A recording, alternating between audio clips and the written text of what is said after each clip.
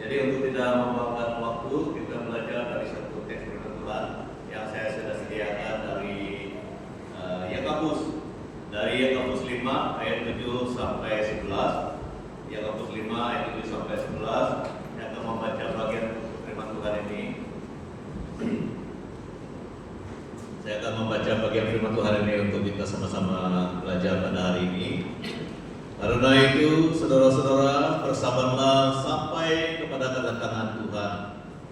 Sesungguhnya petani menantikan hasil yang berharga dari tanahnya, dan ia sabar sampai telah turun hujan musim gugur dan hujan musim semi.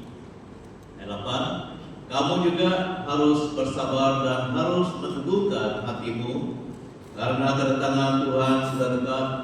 Ayat 9. Saudara-saudara, janganlah kamu bersungut-sungut dan saling mempersalahkan, supaya kamu jangan dihukum.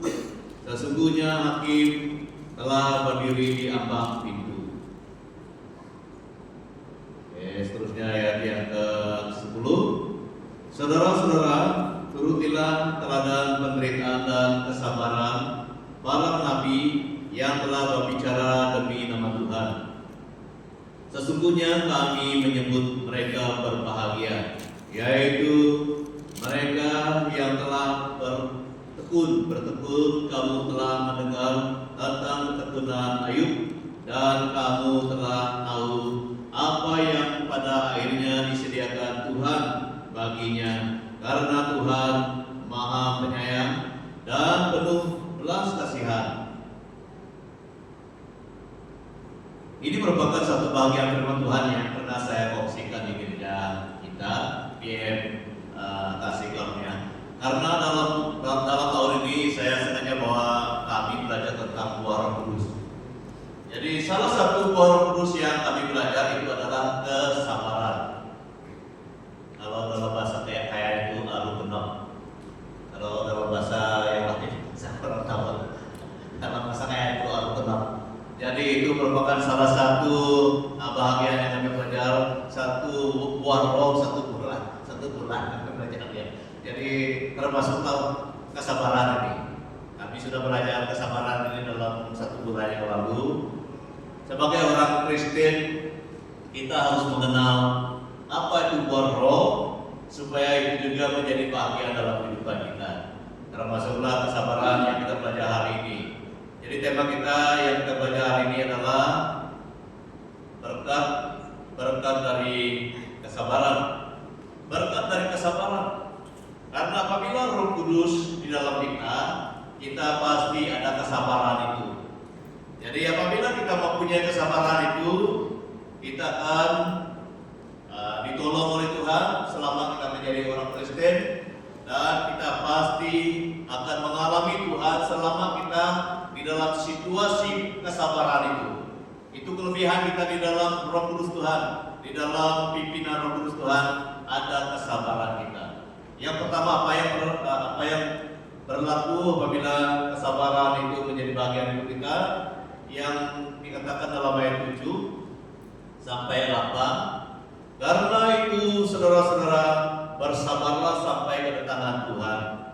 Sesungguhnya petani menantikan hasil yang berharga dari tanahnya, dan ia sabar sampai telah turun hujan musim gugur dan hujan musim semi. 8. Kamu juga harus, firman Tuhan katakan, kamu juga harus bersabar dan harus meneguhkan hatimu, karena kedatangan Tuhan sudah dekat. Kalau kita perhatikan kedatangan Tuhan sudah dekat ini, sudah lama kita mendengar kedatangan Tuhan sudah dekat ini. Tetapi Bapak Ibu saudara-saudari yang kasih, kita harus kenal bahwa Tuhan berkuasa atas semua masa. Amin. Tuhan berkuasa atas masa. Ada firman Tuhan katakan 1000 tahun sama dengan sehari di hadapan Tuhan. Sehari sama dengan 1000 tahun di hadapan Tuhan. Itu sebabnya kalau kita mendengar kalimat kedatangan Tuhan sudah dekat itu, seakan-akan besok dia terjadi. Tapi sebenarnya itu akan berlaku sesuai dengan masa Tuhan karena Tuhan berkuasa di atas masa. Itu sebabnya kita perlu bersabar. Kita perlu bersabar karena kedatangan Tuhan pasti terjadi. Sementara kita menunggu kedatangan Tuhan itu, firman Tuhan mengajar kita bersabarlah sampai kedatangan Tuhan. Jadi kedatangan Tuhan itu merupakan rahasia. Seorang pun tidak tahu, malaikat pun tidak tahu. Yang tahu adalah Bapa Surgawi. Dia tahu. Oleh karena tidak ada yang tahu kecuali Bapa Surgawi, kita sebagai anak-anak Tuhan harus bersabar. Karena dalam Matius 24, 34 sampai 44 katakan, tetapi tentang hari dan saat itu tidak seorang pun yang tahu. Malaikat-malaikat di surga tidak, dan anak pun tidak. Waktu Yesus datang ke bumi ini sebagai anak, waktu itu pun dia tidak diberitahu karena dia masih dalam tubuh manusia. Tapi apabila dia naik ke surga, dia pasti tahu karena dia kembali kepada kedudukannya yang dari semula. Bapa Surgawi, dia sekarang berkata dengan sama rata dengan Tuhan Allah. Ini merupakan satu rahasia yang cukup membanggakan kita. Karena Allah Bapa dan Allah Anak itu setara di kerjaan surga. Bukan dua, tetapi satu. Itulah keluar biasaan kita di dalam Tuhan, karena Bapa Surgawi itu waktu dia menjadi manusia kita kenal dia sebagai Tuhan Yesus. Waktu dia naik dia kembali kepada taktanya sebagai Bapa Surgawi. Dialah yang tahu. Dialah yang tahu kedatangannya yang kedua kali pasti terjadi. Jadi Bapak Ibu saudara-saudari yang kasih, sementara kita menunggu itu, kita harus kuatkan teguhkan iman kita. Seperti dalam perumpamaan 10 gadis itu, dari kecil kita sudah mengenal cerita ini. 10 minggu sampai hari ini kita terus diberitahukan tentang perumpamaan 10 gadis itu. Kita harus menjadi gadis yang bijaksana. Yang bijaksana bagaimana? Kita senantiasa mempunyai minyak yang cukup.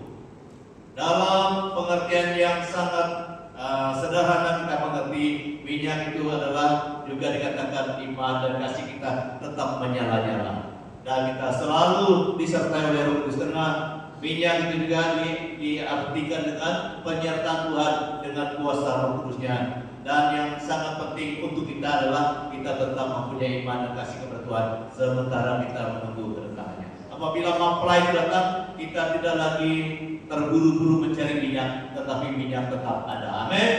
Iman dan kasih kita tetap kuat, tetap kuat. Waktu mempelai datang itu adalah gambaran kepada Tuhan Yesus. Waktu Tuhan Yesus datang, kita akan terus masuk bersama dengan Dia. Artinya perumpamaan ini sampai bila-bila pun kita tetap bersedia dengan iman yang teguh, dengan kasih yang kuat kepada Tuhan Yesus. Itu kesimpulan daripada 10 gadis itu. Jadi Bapak Ibu saudara-saudari yang terkasih, pagi ini firman Tuhan ini juga mendorong kita, mendorong saya dan kita semua, hendaklah kita senantiasa bersabar menanti kedatangan Tuhan yang kedua kalinya. Yang kedua, bersabar menanti ke Tuhan. Semua petani bersabar menantikan hasilnya.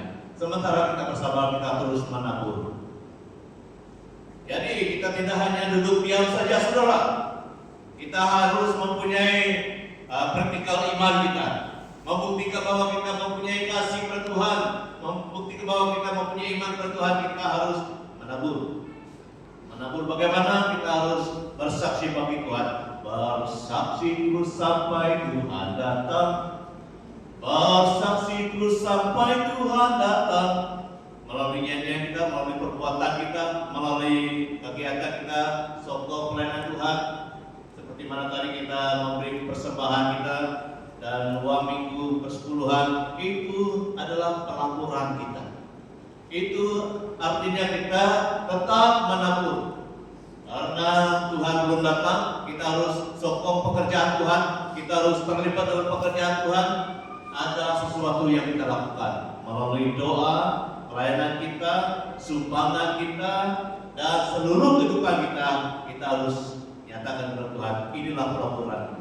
Karena Mazmur 126 sampai 6 katakan, orang-orang yang menabur dengan mencucurkan air mata akan menuai dengan bersorak-sorai. Orang yang berjalan maju dengan menangis sampai menabur benih pasti pulang dengan bersorak-sorai sambil membawa berkas-berkasnya. Hasil. Jadi kita semua akan mendapat hasilnya, berapapun yang kita pernah tabur. Jadi saudara, jangan berhenti menabur. Jangan berhenti menabur. Sekolah minggu, muda-mudi, bapak ibu, semua kita menabur. Semua kita terlibat. Puji Tuhan, sebenarnya tadi ada tayangan tentang tahun 6 itu merupakan satu pelaporan kita juga. Kita membentuk anak kita bawa anak kita yang sebentar tahun depan masuk sekretari, kita ajar mereka dengan firman Tuhan. Itu juga cara kita menabur. Terlalu banyak cara kita menabur, artinya kita berbuat sesuatu untuk Tuhan, untuk kerjaan Tuhan. Jadi itulah yang kita buat, yang kita lakukan sementara kita menunggu kedatangan Tuhan yang kedua kalinya. Karena ada bukti di dalam firman Tuhan, mereka sudah mendapat hasilnya. Kalau kita melihat Markus 9 ayat 5, kata Petrus kepada Yesus, "Rabi, betapa bahagianya kami berada di tempat ini. Baiklah kami dirikan 3 kemah, satu untuk engkau, satu untuk Musa, satu untuk Elia." Ini adalah satu peristiwa di mana Yesus bersama dengan Petrus, Yakobus dan Yohanes di satu bukit Tabur kalau tidak silap saya. Itu waktu Yesus bersama dengan Musa dengan Elia dalam kemuliaan Tuhan. Tiba-tiba Musa dan Elia nampak pada waktu itu, sedangkan yang naik ke gunung itu adalah Tuhan Yesus, Petrus, Yakobus dan Yohanes, 4 orang saja. Tetapi ditambah lagi 2 orang waktu itu dalam kemuliaan Tuhan, Musa dengan Elia. Kenapa? Karena itu waktu saya belajar ini, itu adalah bukti mereka sudah mendapatkan penghargaan daripada Tuhan. Musa pernah melayani Tuhan, Elia pernah melayani Tuhan, kita pernah melayani Tuhan, kita semua pernah melayani Tuhan, dan kita akan sama seperti Elia dan Musa mengalami kemuliaan Tuhan bersama dengan Tuhan. Amin. Itu yang dicatat dalam firman Tuhan sebagai dorongan kepada kita. Apa yang kita lakukan untuk Tuhan itu kita akan terima juga daripada Tuhan pada waktunya. Musa dan Elia sudah terima bagian keduanya, tetapi kita akan menerima bagian kita pada waktu kita berjumpa dengan Tuhan. Amin. Jadi sekarang belum lagi kita jumpa Tuhan, kita masih di bumi ini. Apabila kita jumpa Tuhan nanti, kita akan dihargai oleh Tuhan. Hai anakku yang baik dan setia. Jadi kita harus baik dan setia selama kita hidup. Amin. Kita harus menjalani hidup kita baik dan setia sementara kita menunggu kedatangan Yesus yang kedua kalinya. Yang kedua, bagian yang kedua pada hari ini, bersabar menghadapi situasi kehidupan. Ayat 9. Saudara-saudara, janganlah kamu bersungut-sungut dan saling mempersalahkan supaya kamu jangan dihukum. Terang firman Tuhan. Saya katakan supaya kamu jangan dihukum. Tidak ada kata yang sembunyi di sana. Sesungguhnya hakim telah berdiri di ambang pintu. Di ambang pintu sudah dekat. Tapi itulah saya katakan 1000 tahun sama dengan 1 hari dengan Tuhan, 1 hari sama dengan 1000 tahun. Tuhan berkuasa atas masa. Dia memang di ambang, tetapi penggenapannya itu kita semua tidak tahu. Amin. Semua kita tahu, tapi pasti akan terjadi. Dia akan mengampuni. Bersabar menghadapi situasi. Yang dicegah oleh firman Tuhan di sana, jangan bersungut-sungut. Sementara kita menunggu kedatangan Tuhan, jangan bersungut-sungut. Seperti yang terjadi dalam kehidupan Yesus waktu dia melayani di bumi ini, orang Farisi, ahli-ahli Taurat yang mengenal kitab Musa dan kitab para nabi itu bersungut-sungut kepada Tuhan Yesus. Sayang sekali, Tuhan Yesus sudah di depan mata mereka, tetapi mereka bersungut-sungut.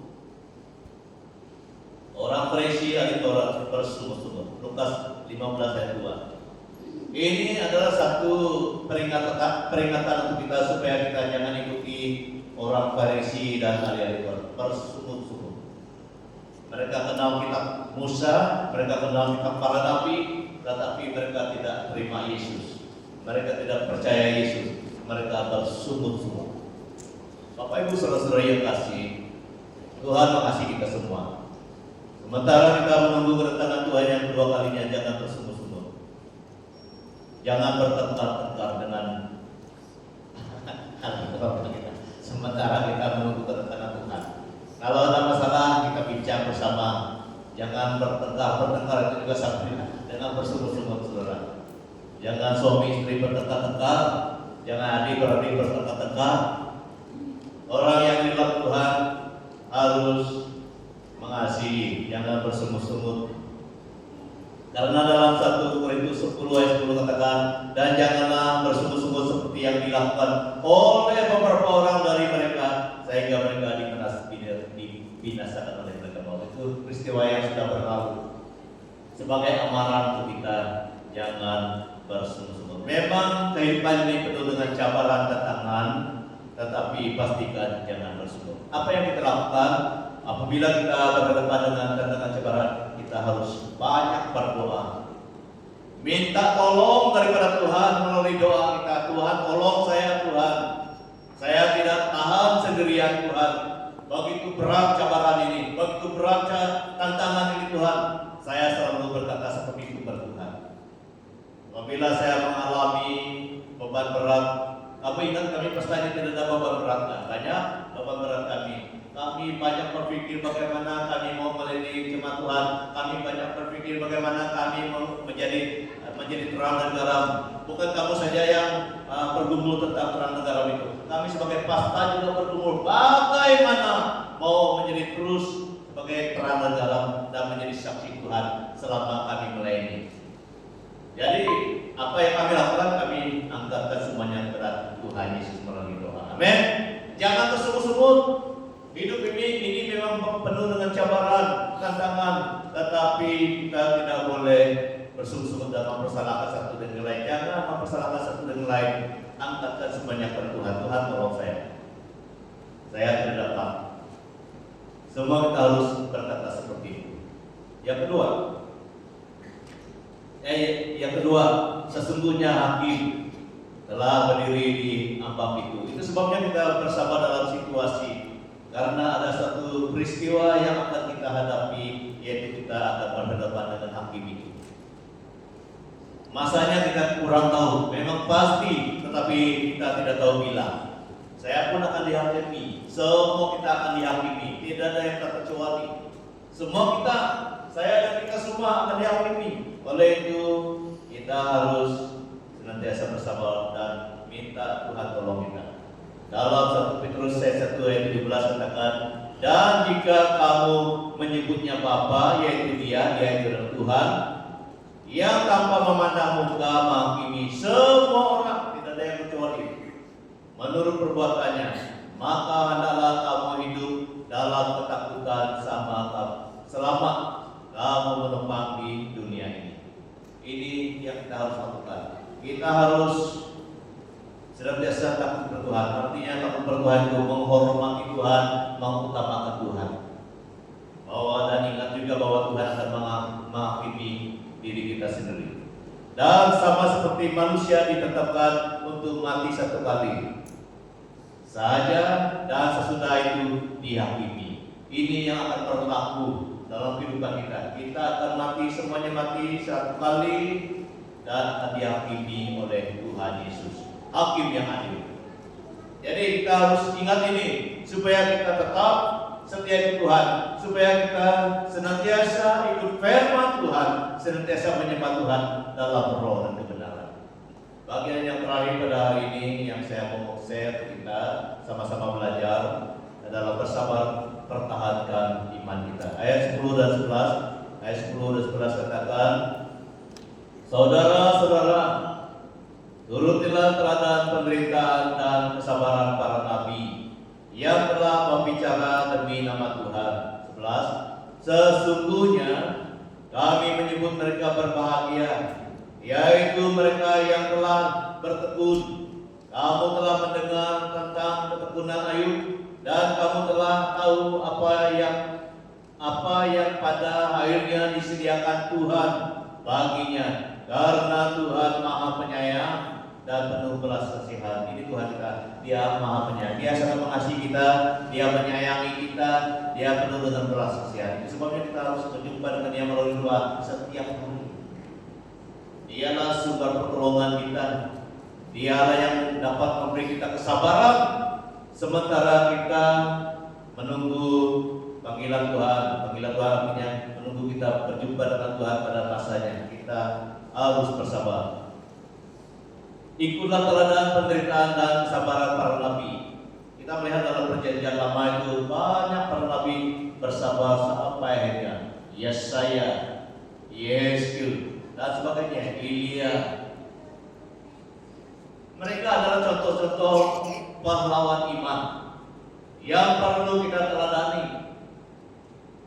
Kalau kita melihat peristiwa dan kehidupan mereka, banyak kesukaran, banyak tentangan. Kalau kita melihat Elia, dia berdepan dengan penyembah Baal, nabi-nabi Baal. Tetapi Elia tetap memandang Tuhan. Elia tetap percaya Tuhan. Dan walaupun kadang-kadang imannya hampir kurang karena dia begitu marah kepada nabi-nabi Baal, dan dia begitu takut kepada Isabel dan sebagainya, tetapi Tuhan tetap menguatkan dia. Banyak pengalaman. Jadi kalau nabi-nabi yang besar seperti itu berhadapan dengan berbagai tantangan cobaan, kita juga pasti. Tetapi yang menjadi kesamaannya, Tuhan tetap dapat menolong kita semua. Seperti mana Tuhan menolong para nabinya, demikian juga Dia menolong kita. Amin. Hari ini kita harus meladani penderitaan para nabi yang terdahulu daripada kita. Memang cukup cabarannya, memang terlalu banyak cabaran dan rintangannya, tetapi yang kita perlu lakukan, kita harus percaya Tuhan boleh menolong kita. Yang terakhir pada hari ini, Ayub yang terakhir kita belajar. Tuhan memberkati ketekunan Ayub.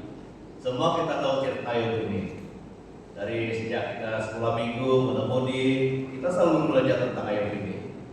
Maka berkatalah istrinya kepadanya, masih bertekunkah engkau dalam kesalehanmu?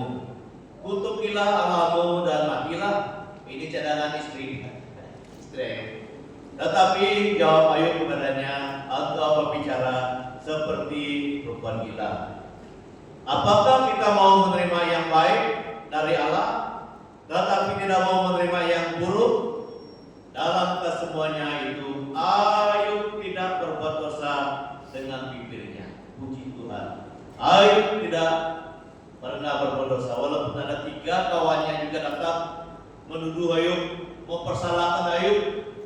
Tetapi Ayub mempunyai pendirian yang tetap, mempunyai keputusan yang tetap, tidak akan menjelek atau menjahatkan Tuhan, tidak akan mengutuk Tuhan, tidak akan mempersalahkan Tuhan. Dan akhirnya, saudara, kalau kita lihat Ayub 42 ayat 10, lalu Tuhan memulihkan keadaan Ayub setelah ia meminta doa untuk sahabat-sahabatnya. Dan Tuhan memberikan kepada Ayub 2 kali lipat dari segala kepunyaannya terdahulu. Yang mengherankan karena ada kekuatan Ayub berdoa bagi kawan-kawan yang menuduh dia. Ini yang luar biasa, saudara. 3 kawannya itu mempersalahkan Ayub, termasuk istrinya sendiri yang mencadangkan supaya Ayub mengutuk Tuhan Allah. Tetapi Ayub tetap mendapat kekuatan. Doakan bagi ketiga kawan-kawannya itu yang pernah mempersalahkan dia. Ini kekuatan daripada Tuhan. Ini kekuatan daripada Tuhan. Bapak Ibu saudara-saudari, saya sengaja letakkan bagian ini untuk kita belajar supaya kita tahu ada kekuatan daripada Tuhan waktu kita dalam penderitaan apapun. Ayub waktu menderita, saya rasa belum pernah di antara kita di sini yang mengalami penderitaan seperti Ayub. Semua anaknya mati satu kaligus. Dan semua ternaknya dirangkul dan diambil orang dan banyak hartanya diambil. Pada waktu itu dicubai. Termasuk dirinya sendiri mengalami satu penyakit yang kita tidak tahu apa namanya. Tetapi Ayub tetap percaya Tuhan, tetap tidak mengutuk Tuhan, tetap mengandalkan Tuhan dalam kehidupannya. Dan dia mempunyai kemampuan berdoa juga bagi 3 kawannya yang pernah menuduh dia. Ini kekuatan daripada Tuhan, saudara.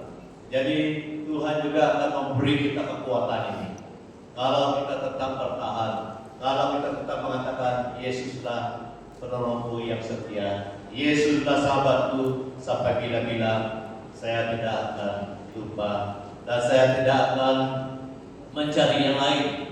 Tuhan akan memberikan kekuatan kepada kita semua. Dan kekuatan yang daripada Tuhan itu tidak pernah kurang. Kekuatan yang Tuhan berikan kepada kita itu sesuai dengan keperluan kita, bukan sesuai dengan pengalaman Ayub. Karena Ayub diberikan sesuai dengan keadaan dia. Demikian juga kita diberi kekuatan, hikmat dan juga pertolongan sesuai dengan keperluan kita hari ini, walaupun tidak sama dengan Ayub. Amin. Tetapi Tuhan pasti memberi pertolongan itu. Itulah yang kita banggakan karena kita perlu bersabar. Karena Tuhan pasti akan menolong kita. Berkat kesabaran itu luar biasa. Mari kita berdoa. Tuhan Yesus, terima kasih melalui firman-Mu hari ini Tuhan, Engkau mengajar kami semua untuk bersabar. Karena kesabaran itu adalah buah Roh Kudus-Mu Tuhan. Dan pasti kami dimampukan oleh karena Roh Kudus-Mu ada di dalam kami. Kami semua adalah anak-Mu Tuhan. Kami semua adalah yang percaya kepada-Mu. Engkau menteraikan kami dengan Roh Kudus-Mu sehingga kami mempunyai kesabaran itu. Tuhan Yesus, hamba-Mu terbatas menyampaikan message ini, tetapi Roh Kudus-Mu tidak pernah terbatas. Roh Kudus-Mu itulah yang akan menolong kami semua untuk terus bersabar dalam apapun keadaan hidup ini. Tolong kami semua Tuhan, agar kami tetap setia sampai kedatangan Tuhan, sampai Tuhan menjemput kami semua pulang kepada-Mu pada suatu yang sudah ditetapkan oleh Tuhan. Terima kasih Bapa, berkati gereja-Mu di sini, berkati kami semua, walaupun tempat kami tidak sama, tetapi kami menyembah Tuhan yang sama, kami dipenuhi oleh Roh Kudus yang sama, kami mempunyai firman Tuhan yang sama, kami melayani dengan sungguh-sungguh kepada Bapa Surgawi yang sama, kepada Tuhan yang telah menyelamatkan kami. Terima kasih Bapa, berkatilah sisa kehidupan kami, baik yang bersekolah maupun yang bekerja dengan kerjaan dengan kompeni bisnis sendiri. Tuhan berkati hamba Tuhan yang melayani, Tuhan berkati kami semua. Biarlah tangan dan kuasa Tuhan senantiasa menyertai kami. Haleluya.